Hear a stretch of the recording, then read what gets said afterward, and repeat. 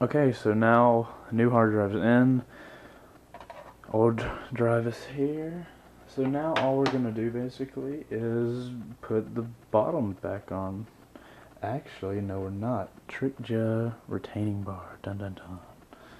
Alright, so we're gonna fit the retaining bar in here. Or does it go the other way? This way? No, I don't. Alright, there we go. This is the first time I've done this, by the way. Orange is gonna go towards the hard drive because I noticed orange leathers. God, I need a motorcycle. So yeah, it's like notched down there. So that should just like fit on. So now we're gonna change out the screwdriver bit to the one we used previously. Okay, and now we're just gonna screw this bad boy back in. Hypothetically, of course. Okay. And I mean, in the end, all it is a retaining bar. How, delicate do you need to be? Okay. Retaining bar is on. Let's get the bottom put back on.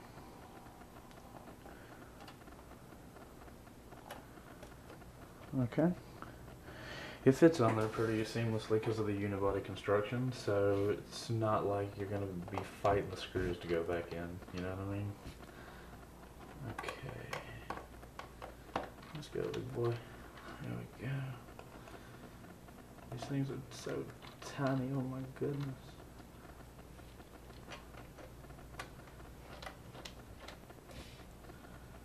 Okay, so we're just putting all the screwing all the screws back in. No big deal. Something I learned a second ago. When you're trying to take your bottom off after you've done all the screws the first time, use use this area right here. Just get your finger after you've unscrewed all the screws, like pull up right here. Seems to be the only spot that you can actually grab and have some leverage when pulling it up. Okay, almost done here. I want to make sure all the screws are on correctly because I don't want the bottom of my laptop popping off. So that's not cool. No cool beans in that. Alright, that one can go a little tighter. Again, I'm not tightening these as much as I can, but I'm just making sure the screw jumps when I, so it'll jump. Okay, so we have jumpage. One last check on this one to see who looks like he's not good. Okay. Alright, so laptop is now replaced with a 500 gigabyte hard drive. So what we're going to do is, I'm assuming this, I'm not exactly sure. So we've got the portable hard drive that has our backup on it. And now we're going to just turn her on. And I'm going to lower her. Actually, no, I'm not. I'll just move the camera up.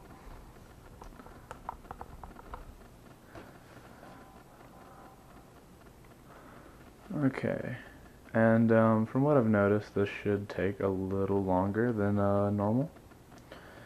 So yeah, we'll see what happens.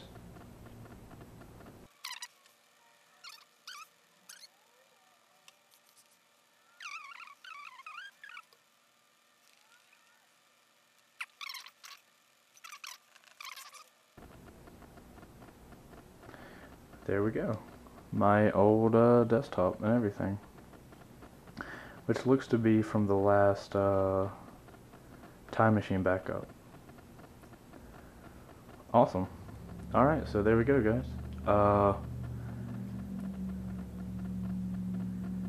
That is actually not right. Okay, this is not good. Because right now it should be reading my hard drive and it's not. Alright guys, so when I started my computer after installing the new hard drive, it said drive was unreadable or something like that. And I had no clue what that was, so I got on here, got into the disk utility, and it recognized the drive. It's right here, but it had nothing on it. So I'm assuming either it was formatted incorrectly or something. Anyway, so I got on SuperDuper, which is the program I was talking about earlier that I use to back up all my files. And now all I'm doing in SuperDuper is basically copying everything on my portable hard drive here, which is up here. Whoops. So I'm copying everything from here to here, and what I have on this drive is just a straight backup of all files from my laptop, which is what we booted into. And now, right now, it's just copying all those files into here. So when this all gets done, I'll be able to just boot up. And this is gonna take a long time, or is it gonna take a long time?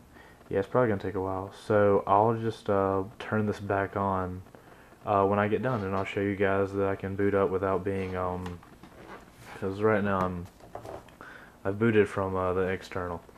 So yeah, I'll just do you a little recap when it gets done later. Alright guys, so it's Chase3D finishing up this installation of or installing of the new hard drive on my MacBook Pro 13 uni-body. So yesterday I left it at I had installed the drive and I booted up from my external hard drive, my 320 Western Digital, my small one, this one. But it was booting from that, it wasn't booting from the CD, and for some reason I couldn't figure out what was going on. Well, the SuperDuper program, though, not literally the SuperDuper program, but the program called SuperDuper, that I was using to make a copy of my hard drive that I was going to reinstall, for some reason that didn't, like, copying the information back to the new drive didn't make it bootable. So what I'm having to do now is do a clean install on the Western Digital hard drive, and then I'm just going to migrate the data over.